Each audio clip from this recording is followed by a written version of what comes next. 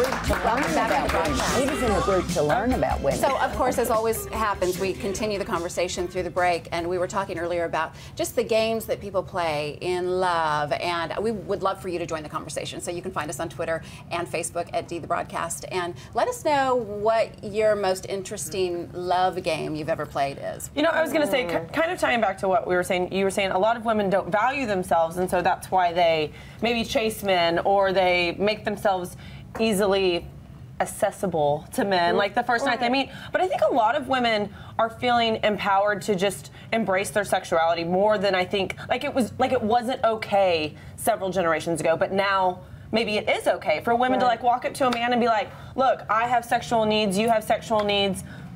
What's the problem? See, I think if you ever walked up to a man and said that, he'd be like, good God. But I think that's different. I think the empowering to, you know, hey, I want to have sex with you, you want to have sex with me, that's different than I've got to do this to get him. No, Hold on. I got to do this to keep him. There's totally two different mentalities going on. And what concerns me, it's not about being empowered, because I think that's great. If you want to ask someone out to dinner, or if you want to say, let's go to lunch or let's have a drink, that's fine. But I'm talking about the women that are so desperate, they're so empty, that it's like they'll do anything to keep a man or to get a man. That's what worries me. You're right. That's and what worries me. Sometimes if you meet a man and you know there's something, it's very refreshing to a man that when you're talking, you say to him, hey, do you like to fish? And they go, what? You like to fish? Do you like to play fish? golf? I love to fish. Well, you want to go fishing? You see, instead of, do you want to get in? You want to go somewhere now? Wait, can we get a close-up of that? But I think you have to really like to fish to say, well, give it to him, Susie. Like, give it to him. Just say on it camera 3. There you go. So you want to go somewhere now? Susie, oh, my neck is so fat. It's not. No, it's Come not. on. I do think, though, there's something true, whether you're a man or a woman, about you want what you can't have. And I think that was part of the dance that Scott and I did. You know, even though we were friends, there was an attraction there, and we would do that to each other, where it would be like, come here, go away, come here, go away. Well, and it kept it interesting because it wasn't attainable. Well, let me tell you, I've had many people say to me, like, so how, and this drives me crazy when they do it, but like, how did you get Emmett? Like, there was a strategy. How did you nab him? Yeah, like there was a strategy, right? And I tell people, no. When I met him, I literally had been divorced and really was going through the healing of that process and trying to get my life back on track. And I was in church and really, you know, seeking the Lord. And I had a little girl and I wanted her to feel good about where we were. And so when I met him, I literally said to him, I'm not looking for a commitment. I got to get myself together. And he said, okay. He goes, you know what? I'll be patient.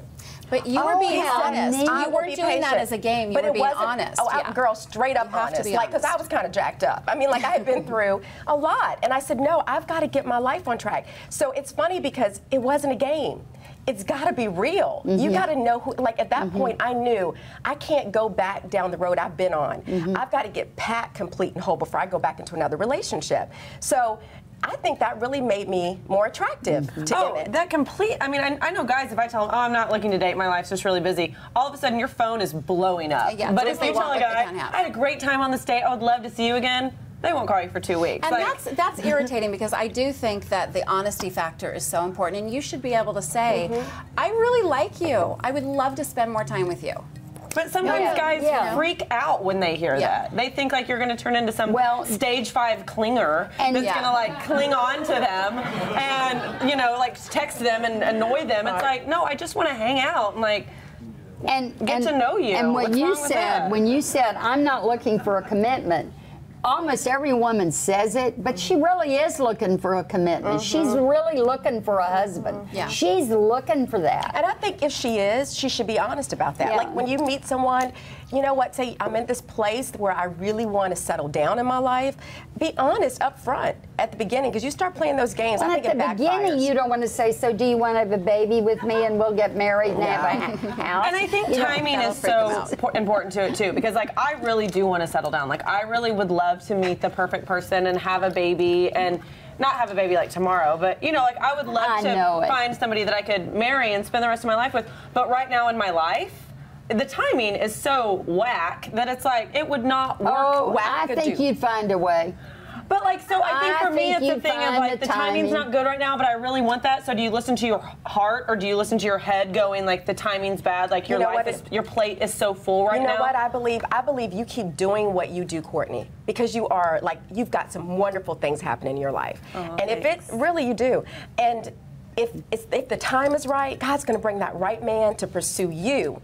And trust me, it's going to all line up. You'll get married. If it's time for you to have children, you'll have children. God will still keep your career preserved. He'll help you be a great wife and a great mother. It will all work out. But I don't think you can like try to pursue that. You can't try to strategically plan that. You just got to live your life. And I, I think love you that just you're gotta doing like what do you. Do And, like, exactly. just- and like Absolutely. then someone will be attracted to the things that you are doing in your life. You have to be healthy and whole if you are going to be in a healthy relationship. And we talked about the importance of therapy. I'll tell you something else. You are not going to be worth a hoot to somebody else if you can't live alone by yes. yourself. Oh my gosh. Yes. You have to be able to live alone and be contented living alone. Because I think men get scary too if they feel like you're somebody who's clinging to them, to like you got to be taken care of, and they have to. No, I think men like to see a woman, and I don't know, there are men out here. You tell me, do you like to see a woman who kind of has her act together, and then you both bring something to the table versus you having to carry her? I don't know. My husband What said do he you wanted men think somebody. out there? My husband said he wanted somebody bringing something to the Let's table. hear from that handsome gentleman in the audience. Yeah, he is handsome. Isn't he handsome? Are you single? Yeah, actually, I am single. I have no idea what you're talking about. What's your name? Charles. Hi, Charles, we're so glad you're here. So do you want Yeah, a woman? me too. Oh, that's great. So do you want a woman who you have to kind of carry along, or do you want a woman who comes to the table full and whole and ready to As form an a equal partnership? partner. If I have to think about it, I don't really think it works. Oh, that's very interesting. That is very So interesting. you're saying it should just happen naturally.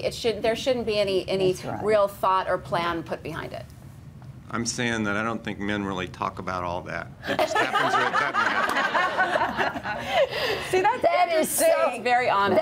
I Which is love true. that. That is so true. Oh Men my really aren't God. that They're not complicated. sitting around here talking like this stuff about, well, was I sexy enough? Well, do I need to? They're not talking about that. They're saying just have her bring a 6-pack and a beer. That's all. A six-pack and a beer. Six-pack and a beer. Is that what you want? He goes, yeah.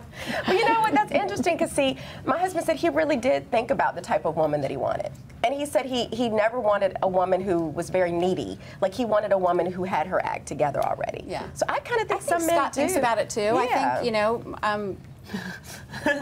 You're about to point to me and no one thinks about it with you. I would never say that.